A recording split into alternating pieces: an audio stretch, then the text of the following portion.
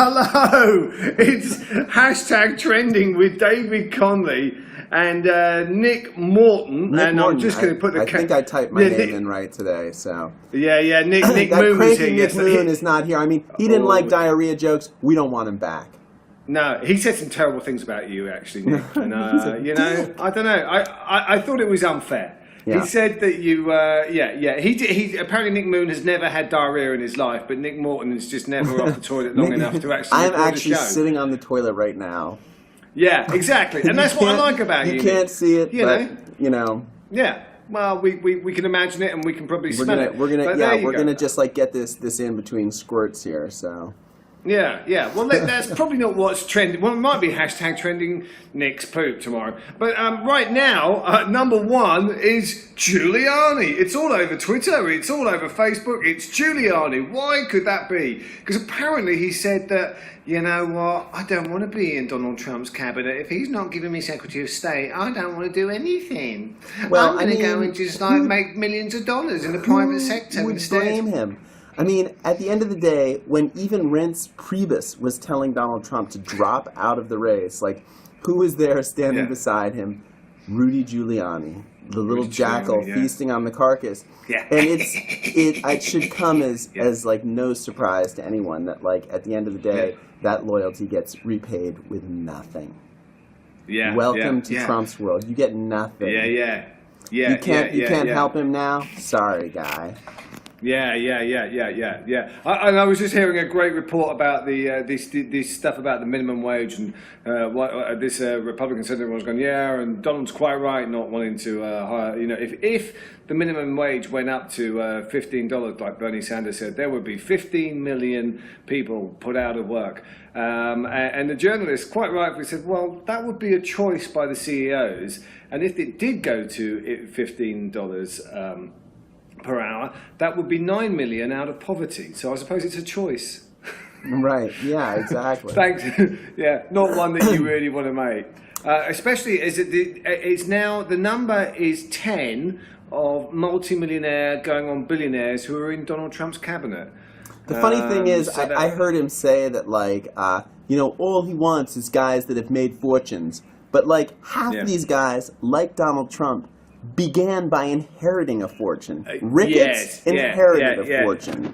Who else are some of these multi-billionaires? I mean, Linda McMahon. I mean, did she make that money, or did her husband make that money? I feel like there's another kid in there who's just like, child of wealth. I can't remember who it is, but like, they're winners because they were born to people who were wealthy. That's basically it. Yeah, right. I mean, how are these people gonna fucking understand like the plight of a guy who's struggling to get beyond his minimum wage job? I mean, he's got a bunch of people in there. Their only interest is to protect their own skin. I mean, it's really basically all the voters are about to get the Giuliani treatment, which is you stuck with him and now you get the shaft, my friends. Yeah, and I don't want to ruin this, but they analysed the top richest people in this country, and do you know what they all had in common?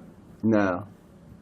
They were all born with money. right. I'm so sorry to tell you that, course. But the most successful people were actually born with money.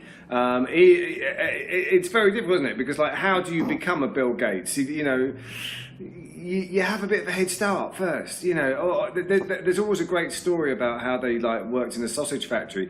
That was only because their dad said, "I think you should do that for a week, so you got a story." Right. It's like you worked in the sausage factory because your dad owned Jimmy Dean. Yeah. That's a big sausage company, by the way. Talking of which, moving from sausages to burgers, of course, we've got the guy from Carl's Burgers, Carl's Jr., who is now head of Labour, who thinks it's good for women to be naked having a burger, and what could be more American than that? Speaking of the war on women, Donald Trump at one of his victory rallies, I watched a clip where he was complaining that, Time put him on the cover of their magazine as the person of the year, and shouldn't it really be the man of the year? Like, why have we gotten so PC that we can't just say man of the year? And it's like, the reason is because half the country is women that are accomplishing things to put them on the cover. I just find it the most The strangest thing. I mean, shame on all the women who voted for Donald Trump. Really, you guys. You guys are could have just been pussy the worst. grabber of the year. Yeah. And also the in his rapist cabinet in now, chief, you know, I mean, hey, women who voted for Trump. I'm sorry. Fuck you. And three people in the cabinet now have been up for abuse of their spouses. So I was wondering. You know, it's funny. They're always comparing, you know, the transition, the Trump transition to the Obama transition. I was wondering, by this point in Obama's transition, how many wife beaters had he appointed to his cabinet? Donald, you're winning again. Good for you. Yeah, well, he's just lighting it up in wife beaters. That's for sure.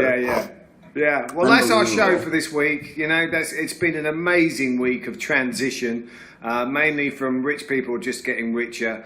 And the good news is, and the fantastic news is, that Donald Trump is still going to be producing The Apprentice. Maybe in name only, but was it anything else? Keep America safe for bad television. Yeah.